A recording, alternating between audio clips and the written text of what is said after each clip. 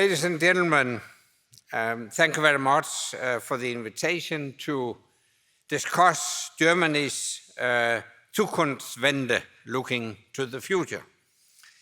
The full invasion of Ukraine was our wake-up call to stop appeasing autocracies and to take a stand for principles that kept us in relative peace and progress for over 7 decades. Freedom, democracy, and the rule of law.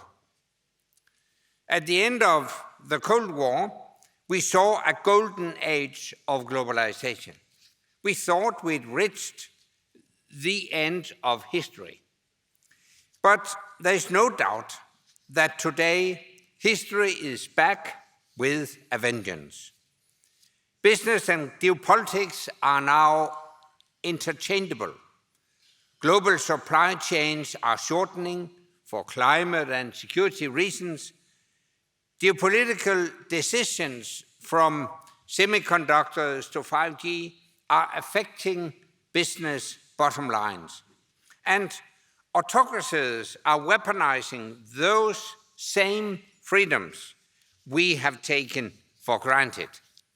From abusing our open economies to spread economic coercion, to undermining our free speech to spread disinformation. But what does this mean for Germany? When NATO was founded, its first Secretary General, Lord Ismay, said its main purpose was to keep the Russians out, the Americans in, and the Germans down. I'm pleased to say only 2 of those points are still true. Keeping Russian imperialism out and the Americans in remain critical. But the time has come for the Germans to play a more active role in the global security order. Ladies and gentlemen, Germany's big test is where this Zukunftswende began, Ukraine. Right now, this task of keeping the Russians out is being performed by the heroic Ukrainian people. Next month, NATO leaders meeting in Vilnius have the opportunity to repay our debt to those fighting for our freedom.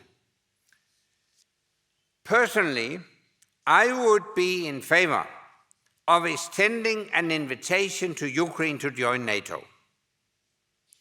It would be the first time that we invite into NATO a country that is at war. That requires careful consideration, not least resolving practicalities regarding Article 5 of the NATO Treaty and which areas and eventualities it would cover in the current conflict. Yet, I have reached this conclusion for 3 reasons. First, in 2008, we decided that Ukraine will become a member of NATO, but we did not provide a roadmap. Now Ukraine has been in the waiting room for 15 years. It is not a safe place. Time has come to move Ukraine into a safe place, as we're doing with Finland and Sweden. Second, it is often argued that the prospect of NATO enlargement incited Putin. The truth is the opposite. It was a failure to extend security guarantees to Ukraine that incited Putin. Gray zones are danger zones. Neutrality provides no security. Finland and Sweden realized that. And third, often I hear the argument that we cannot give Ukraine neither security guarantees nor membership of NATO while there is a war going on.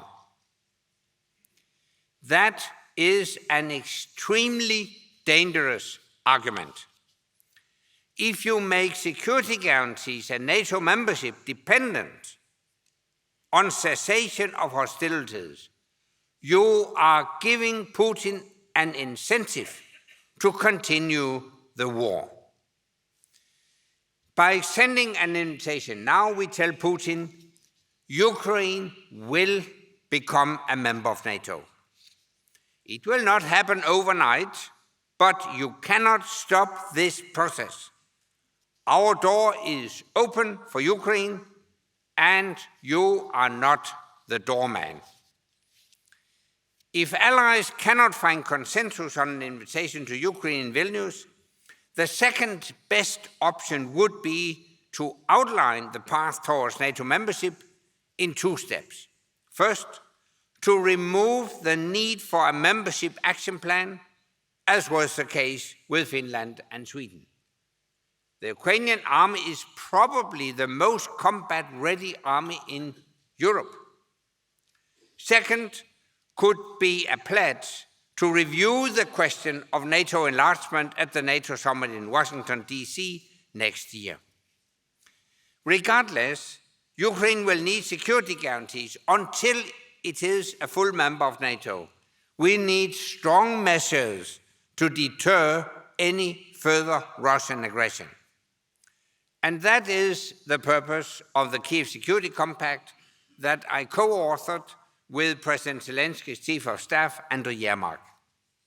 These security guarantees, similar to those that Israel receives from the United States, will not replace Ukrainian membership of NATO, but they will build the bridge and protect Ukraine until it is covered by NATO's Article 5. This is the immediate test for Germany and NATO.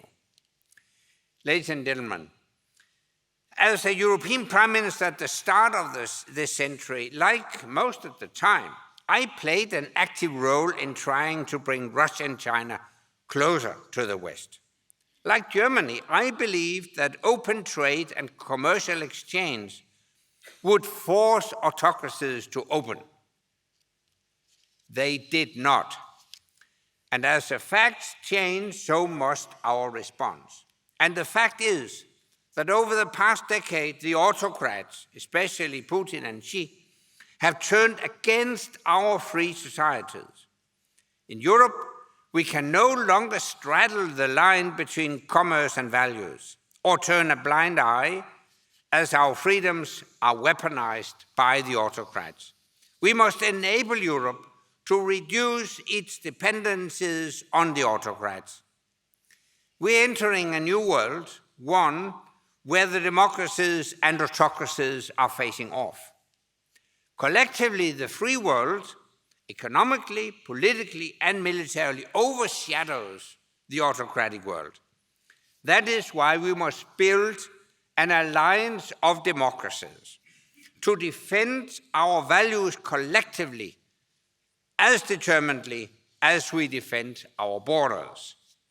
Working together, we can build a new rule book, one that enables global free commerce and cooperation, but where we are not naive to the risks of strategic investment and economic coercion, where our critical dependencies are reduced, and where we cooperate to win the emerging tech race, such as in artificial intelligence, semiconductors, and space, where we work together to design a world order that is most conducive both to business growth and certainty.